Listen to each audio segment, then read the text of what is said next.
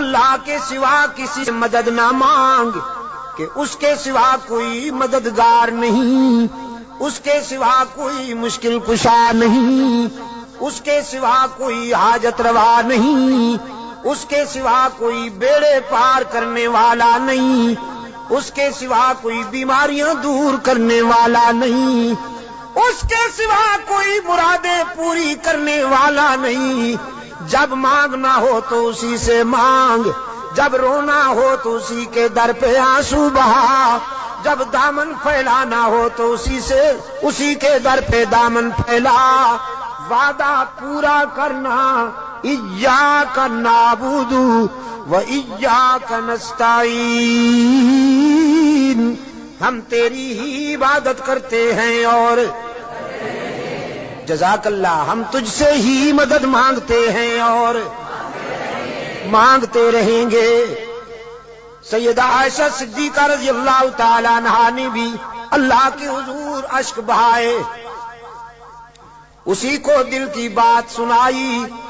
الہ العالمین، منافقین نے میرے خلاف جھوٹے الزامات عائد کیے ہیں، میری کردار کشی کی مہم چلا رکھی ہے۔ اگرچہ یہ بات نئی تو نہیں، مجھ سے پہلے بھی معصوموں کے خلاف یہ پراپگنڈا ہوتا رہا، لیکن جب موسیٰ پر الزام لگا تو نے ان کی برات کا اہتمام کیا، جب یوسف پر الزام لگا تو نے ان کی برات کا بھی اہتمام کیا، جب مریم پر الزام لگا تو نے ان کی برات کا بھی اہتمام کیا۔ میرے معبود، آج تیرے محبوب کی عائشہ اشک بار آئی ہے اور یہ فیصلہ کر کے آئی ہوں، جب تک میری برات کا اہتمام نہیں ہوگا تیرے در سے سر نہیں اٹھاؤں گی، سجدے سے سر نہیں اٹھاؤں گی، کسی اور کے در پہ نہیں جاؤں گی، تجھ سے ہی مدد مانگتی ہوں، تجھ سے ہی درد دل کہتی ہوں۔ رو رہی ہے سیدہ عائشہ صدیقہ رضی اللہ تعالی عنہا، کس کے آگے؟ اسی کے آگے رویا کرو، اسی کے آگے اشک بہایا کرو، اسی کے حضور دامن پھیلایا کرو، ساری امیدیں اسی سے وابستہ کیا کرو کہ اس کے سوا دامن بھرنے والا کوئی نہیں، دامن خالی کرنے والے بہت، بھرنے والا کون؟ دامن خالی کرنے والے بہت۔ بیٹھے ہوئے ہیں فنکار، جھنڈیاں لہرا رہی ہیں، زلفیں جا رہی ہیں، چادریں اوڑھی ہوئی، قبریں سجائی ہوئی، جھنڈیاں لہرائی ہوئی، چادر اوڑھے ہوئے بیٹھے ہیں، جیسے آسمان سے اتری ہوئی چیز ہو کوئی، اور سادہ لو انسانوں سے کہتے ہیں کچھ لے کے آؤ گے تو کچھ لے کے جاؤ گے، خالی ہاتھ آؤ گے تو خالی ہاتھ جاؤ گے، لیکن اس کے در رحمت سے صدا آتی ہے کچھ نہ لے کے آؤ، سب کچھ لے کے جاؤ، خالی ہاتھ آؤ، دامن بھر کے جاؤ۔ قال ربکم ادعونی استجب لکم ان الذین یستکبرون عن عبادتی سیدخلون جہنم داخرین۔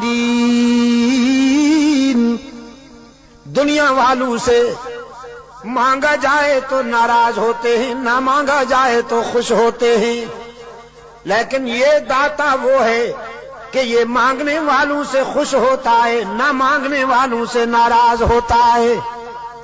ان الذین یستکبرون عن عبادتی، یہاں مفسرین نے لکھا ہے عبادتی سے مراد ہے جو مجھے پکارنے میں گریز کرتے ہیں، کیونکہ پکارنا عبادت ہے، پکارنا پیرا مدد کر، شرک کی تس کہ کی تس شرک کی تس، کیونکہ پکار عبادت ہے، پکار قال ربکم ادعونی استجب لکم، تمہارا رب کہتا ہے مجھے پکارا کرو میں تمہاری دعاؤں کو قبول کرنے والا ہوں، ادعونی استجب لکم، مجھے پکارا کرو میں تمہاری دعاؤں کو قبول کرنے والا ہوں، ادعونی ان الذین یستکبرون عن عبادتی،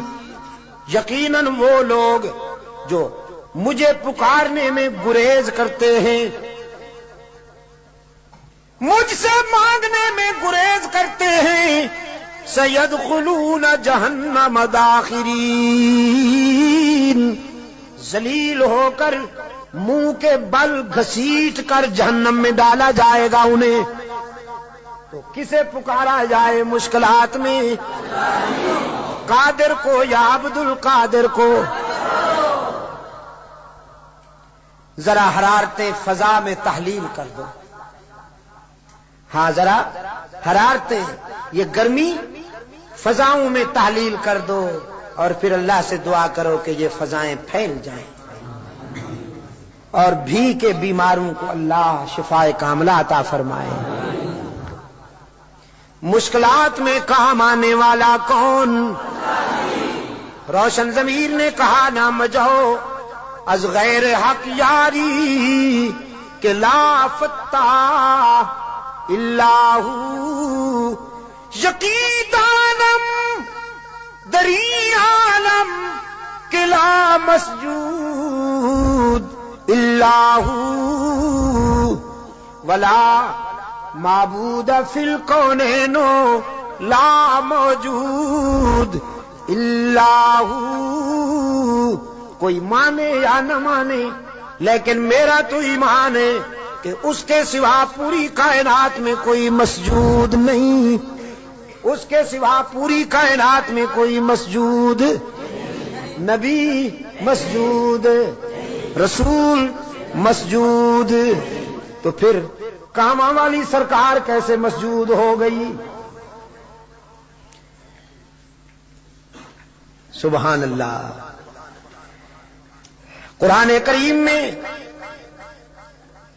جگہ جگہ پر فکر انسانی کو متوجہ کیا گیا ہے کہ نیاز مندیاں، اپنی جبین کی نیاز مندیاں اللہ کے لیے وقف کرنی ہوں گی۔ فرمایا لعن اللہ الیہود والنصارى، اللہ کے رسول صلی اللہ علیہ وسلم نے فرمایا یہودیوں پر، نصرانیوں پر اللہ کی لعنت۔ کیوں؟ اتخذوا قبور انبیائہم مساجدا، کہ انہوں نے نبیوں کی قبروں کو سجدہ گاہ بنا دیا۔ نبی کی شان زیادہ ہوتی ہے یا ولی کی؟ نبی کی شان زیادہ ہے نا ولی سے۔ جو نبیوں کی قبروں کا سجدہ کرے ان پر تو اللہ کے رسول نے لعنت بھیجی ہے، اور جو ولیوں کی قبروں کو سجدہ گاہ بنا لے ان پر، ہاں جزاک اللہ، یہی بات ہے، یہ عاشق بنے پھرتے ہیں۔ نبیوں اور رسولوں کی قبروں پر سجدہ کرنے والے ملعون، تو ولیوں کی قبروں پر سجدہ کرنے والے ڈبل ملعون۔ ڈبل ملعون نا؟ ڈب، اچھا ڈبل۔ انسانی جبین کی عاجزیوں کے لیے حقیقی مسجود کون؟ ہر جگہ موجود کون؟ معبود کون؟ کارساز و دستگیر کون؟ حاجت روا و مشکل کشا کون؟ سیدہ عائشہ صدیقہ رضی اللہ تعالی عنہا نے آنسو بہائے ہیں اللہ کے در پر، درد دل سنایا ہے علیم بذات الصدور کو۔ سورہ نور آئی، قلب رسول پر وحی کی صداقت چمکی، فرمایا الخبیثات للخبیثین والخبیثون للخبیثات والطیبات للطیبین والطیبون للطیبات اولئک مبرؤون مما یقولون لهم مغفرۃ ورزق کریم۔ پاک باز بیویاں پاک باز شوہروں کے لیے، گندی بیویاں گندے شوہروں کے لیے، پاک باز شوہر پاک باز بیویوں کے لیے، گندے شوہر گندی بیویوں کے لیے قرآن ہے۔ آپ سمجھے کہ نہیں؟ قرآن اور کلام فطرت ہے یہ۔ اگر اپنی بیوی کو پاک دامن رکھنا چاہتے ہو تو خود بھی پاک دامن رہا کرو، لیکن اگر تم تاڑ جھانک کرو گے تو ادھر بھی سلسلہ شروع ہو جائے گا، تمہیں معلوم ہو یا نہ ہو۔ سمجھے ہو کہ نہیں؟ کلام فطرت ہے نا قرآن کریم۔ قرآن کریم تو راز کی باتیں کہتا ہے، کلام فطرت ہے۔ فرمایا الخبیثات للخبیثین والخبیثون للخبیثات، ناپاک بیویاں ناپاک شوہروں کے لیے، ناپاک شوہر ناپاک بیویوں کے لیے، طے ہو گیا۔ والطیبات للطیبین، پاک باز بیویاں پاک باز شوہروں کے لیے، والطیبون للطیبات، اور پاک باز شوہر پاک باز بیویوں کے لیے۔ رب العالمین نے جرح کے لہجے میں سیدہ عائشہ کی وکالت کرتے ہوئے واضح کیا، جس نے اس عفیفہ کے کردار کو سمجھنا ہو، عائشہ کی عظمت کو سمجھنا ہو، وہ عائشہ کے شوہر کی عصمت کا نظارہ کرے۔ جس کا شوہر محمد معصوم، وہ بیوی کیسے نہ محفوظ۔ محمد معصوم ہے، عائشہ محفوظ ہے۔ جرح کے انداز میں رب العالمین نے برات کی، اولئک مبرؤون مما یقولون۔